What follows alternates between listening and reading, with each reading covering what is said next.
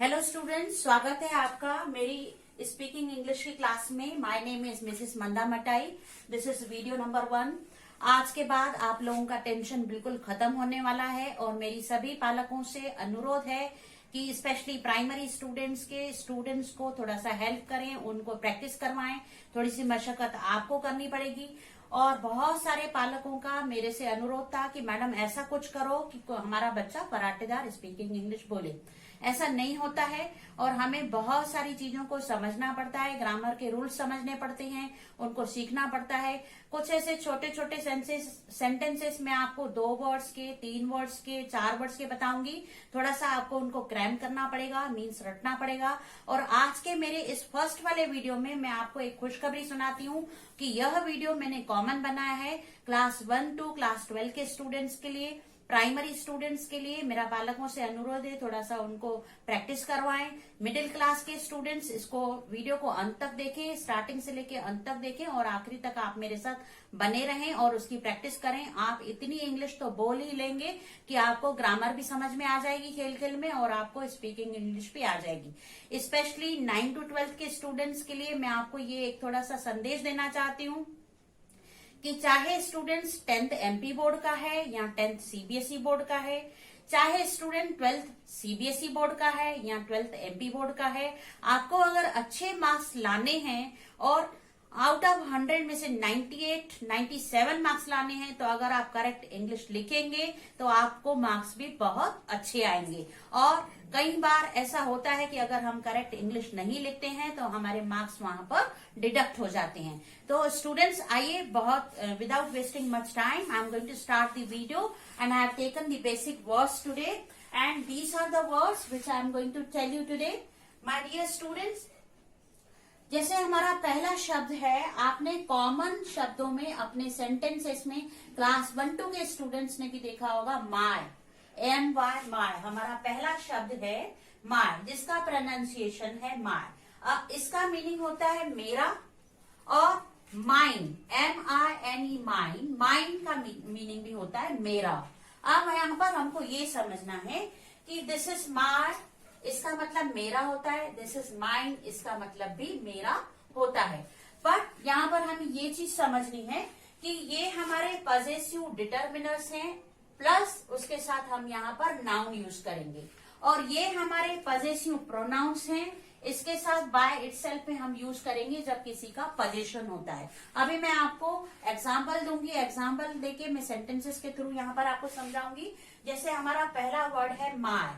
This is my chalk, this is my chalk, यह chalk मेरा है। और जैसे मैं बोलूं माइन, माइन का अब यूज करना है हमको सेंटेंस में। दिस चॉक इज माइन, इसके ऊपर किसका पोजीशन है? मेरा पोजीशन है। इसके ऊपर किसका पोजीशन है? दिस चॉक इज माइन, यह चॉक मेरा है। अब मैं दूसरा वर्ड जैसे आपको बताऊं, कई बार जब हमारा पोजीशन होता है कि अगर आप कह दें कि दिस इज माइन तो वो भी सही है। अगर आप चॉक नहीं बोलेंगे, जैसे आपने कह दिया दिस इज माइन, तो ये सेंटेंस भी सही है। अगर आप पॉजेसिव केस में देखते हैं दिस चॉक इज माइन, तो वो भी आपका सेंटेंस सही है। Now the next word is there your. ये आपका कॉमन भाषा में योर, योर मीन्स तुम्हारा, या फिर उसको हम आपका भी कहते हैं। और ये इसका पॉजेसिव प्रोनाउन है योर्स। यहाँ पर योर है, यहाँ पर योर्स है। यहाँ पर एक चीज सभी लोगों ने देखी होगी यहाँ पर बोर्ड पे, जैसे ये माय है, ये माइन है, ये योर है, ये योर्स है, ये आर है, इसको कभी कभी हम प्रोनाउंसिएशन में अवर भी बोलते हैं। इसका मीनिंग है हमारा यहाँ पर आर से, यहाँ पर एस प्लस हो गया। ये हिज है, यहाँ पर हिज है, यहाँ पर हर है, यहाँ पर हर्स है, यहाँ पर देयर है, जिसका मीनिंग उनका होता है, यहाँ पर देयर्स है। ये इट्स है, जिसका मीनिंग इसका होता है, यहाँ पर भी इट्स है पॉजेसिव प्रोनाउन में। अभी तक आप सब लोगों ने एक चीज बहुत अच्छे से चेक कर ली होगी। स्टूडेंट्स, इस चीज को आप नोट भी कर लेना कि ये सारे यहाँ पर जैसे योर है तो इसमें एस प्लस होके योर्स हो गया, यहाँ पर आर है तो यहाँ पे एस प्लस होके यहाँ पर आर्स हो गया, यहाँ पर हिज है तो पजेसिव प्रोनाउन में हिज का हिज ही रहता है, वहां डबल एस नहीं लगता है, एस कभी भी नहीं यूज होता है। यहाँ पर हर है तो यहाँ पर आपका हर्स है, यहाँ पर आपका देयर है तो यहाँ पर आपका देयर्स हो गया पजेसिव प्रोनाउन में। ये इट्स है, इसका पजेसिव प्रोनाउन में यूज भी इट्स ही होता है। मैं आपको आगे बताऊंगी जब इसका सेंटेंस बताऊंगी आप लोगों को। Now here I was explaining to you your, is this your chalk. जब कभी भी हम किसी से क्वेश्चन पूछते हैं, जब कभी भी हम किसी से क्वेश्चन पूछते हैं तो हमारा हेल्पिंग वर्ब सेंटेंस में से बाहर आ जाता है। हमारा हेल्पिंग वर्ब कौन सा है यहाँ पर? Is this your chalk. हमने किसी से क्वेश्चन पूछा और यहाँ पर हमने क्वेश्चन मार्क लगाया। चॉक हमारा यहाँ पर क्या है? नाउन है। चॉक हमारा यहाँ पर क्या है? नाउन है। इसी तरह आप बहुत सारे यहाँ पर सेंटेंसेस बना सकते हैं। आप नाउन की प्लेस पे बहुत सारे नाउन यहाँ पर प्लस कर सकते हैं, आपके बहुत सारे सेंटेंसेस बन जाएंगे। जैसे मैं अभी आपको यहाँ पर एग्जांपल देती हूँ। चॉक की प्लेस पे आप पेन बोल सकते हैं, पेंसिल बोल सकते हैं, डस्टर बोल सकते हैं, टेबल बोल सकते हैं, बेंच बोल सकते हैं, चेयर बोल सकते हैं।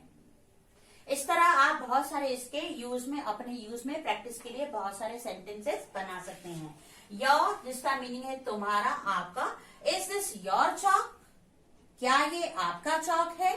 हमने किसी से प्रश्न पूछा। मैंने अभी आपको समझाया कि जब कभी भी हम किसी से प्रश्न पूछते हैं तो हमारा सेंटेंस में से हेल्पिंग वर्ब पहले बाहर आ जाता है और हमारा हेल्पिंग वर्ब से स्टार्ट हो जाता है और लास्ट में जहां पर हमारा सेंटेंस एंड होता है वहां पर क्वेश्चन मार्क लग जाता है। अब हम अगर पजेसिव प्रोनाउन का यहाँ पर यूज करेंगे, इसका यहाँ पर प्रोनाउंसिएशन है योर्स, है ना। यहाँ पर भी हम किसी से प्रश्न पूछ रहे हैं, इज दिस चॉक योर्स? यहाँ पर पजेसिव प्रोनाउन में इज दिस चॉक योर्स, क्या यह चॉक तुम्हारा है? हमारा मीनिंग वही होता है बट यहाँ पर हमारा नाउन यूज होता है और पजेसिव प्रोनाउन में यहाँ पर बाय इटसेल्फ होता है जब किसी चीज के ऊपर हमारा पोजेशन होता है। Now the next word is there our. कभी कभी इसको हम प्रोनाउंसिएशन में और भी बोलते हैं, और तो यहाँ पर आर। अब हमको ये चीज यहाँ पर समझनी है, इस सेंटेंस में ही यूज होता है लड़के के लिए और शी यूज होता है लड़की के लिए। अगर मैं यहाँ पर एक सेंटेंस आपको बताने जा रही हूँ, मैंने ही ऑब्लिक शी लिखा है यहाँ पर। अगर मैं बोलूं ही इज आवर टीचर, वह हमारा टीचर है, वह हमारा टीचर है। अगर मैं यहाँ पर शी यूज करती हूँ, शी इज आवर टीचर, वह हमारी टीचर है, तो ही यूज होता है लड़के के लिए और शी यूज होता है लड़की के लिए। अब हमारा इसका मीनिंग है हमारा, इसका मीनिंग, आज का भी मीनिंग क्या होता है? हमारा। अब यहाँ पर मैं सेम आपको ही यूज होता है लड़के के लिए और शी यूज होता है लड़की के लिए। मेल एंड फीमेल के लिए यूज होता है। यहाँ पर he is a teacher of hours, he is a teacher of hours. वह किसका टीचर है? वह हमारा टीचर है। वह किसका टीचर है? वह हमारा टीचर। हमारा उसके ऊपर क्या है? पोजीशन है। अब मैं यहाँ पर शी यूज करूं तो भी सेम सेंटेंस होगा, she is a teacher of hours. वह किसका टीचर है? वह किसकी टीचर है? वह हमारी टीचर है। Next word is there his. यहाँ पर आप लोग बहुत अच्छे से ध्यान देंगे। बहुत सारे स्टूडेंट्स, कुछ लोग इसको गलत प्रोनाउंसिएशन में यूज करते हैं, हिज बोलते हैं। हमको हिज नहीं बोलना है, इसको हमको हिज बोलना है। आप ध्यान देंगे, यहाँ पर ज में मैंने नीचे बिंदी लगाई हुई है, तो यहाँ पर इसका सेंटेंस है this is his chalk. His use होता है उसका या फिर लड़का, ये हम यूज करते हैं लड़के के लिए। दिस इज हिज चॉक, यह चॉक उसका है। अब यही हिज हम यहाँ पर जब पॉजेसिव प्रोनाउन में यूज करेंगे तो यहाँ पर आएगा know that chalk is his. यहाँ पर हम ध्यान देंगे know that chalk is his. जब हम पॉजेसिव प्रोनाउन में हिज यूज करेंगे तो आपको यह बात ध्यान देनी है, क्योंकि मैंने थोड़ी देर पहले आप लोगों को बोला था इन सभी में यहाँ से पॉजेसिव डिटर्मिनर्स प्लस नाउन से यहाँ पर सब में एस प्लस हो गया है, तो हिज में कभी भी डबल एस नहीं लगता है, यहाँ डबल एस नहीं होता है। तो यहाँ पर जब आप सेंटेंस बना रहे हैं तो ये बात हमको समझनी है कि know that chalk is his. His में यहाँ पर कभी भी पॉजेसिव प्रोनाउंस में डबल एस नहीं लगेगा, वो गलत होगा। तो हम हिज का हिज ही लगाएंगे पॉजेसिव प्रोनाउंस में। हमारा नेक्स्ट वर्ड है हर। ये किसके लिए यूज होता है? इसका मीनिंग है उसकी या फिर लड़की के लिए भी हम यूज करते हैं। यहाँ हर्स जिसका मीनिंग उसकी और हम लड़की के लिए यूज करते हैं। इसका सेंटेंस है दिस इज हर चौक, यह उसका चौक है। दिस इज हर चौक, यह उसका चौक है।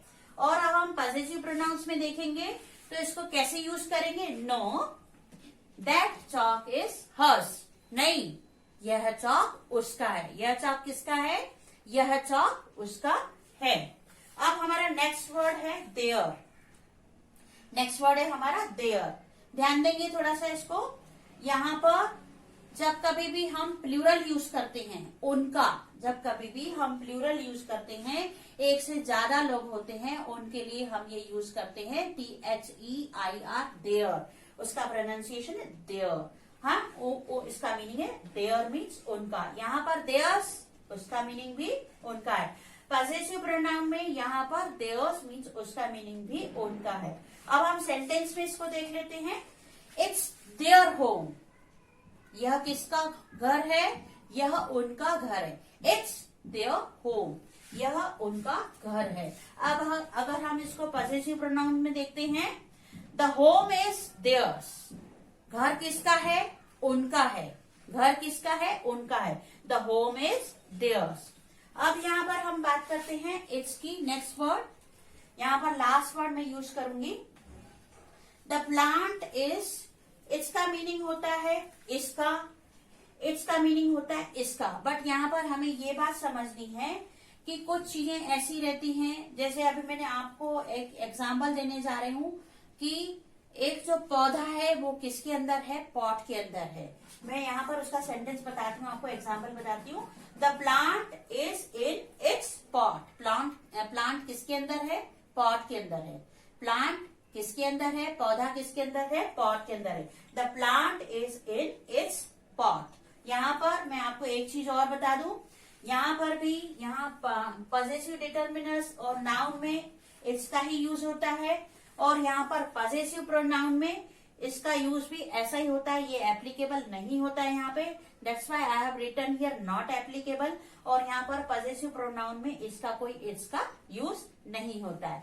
तो एक बार चलिए रिव्यू ले लेते हैं, हमने आज क्या क्या सीखा। आज हमने सीखा कौन कौन से वर्ड सीखे? My, your, our, his, her, their and its. और पॉसेसिव प्रोनाउन में हमने क्या क्या सीखा? Mine, yours, ours, his, hers, theirs, it's.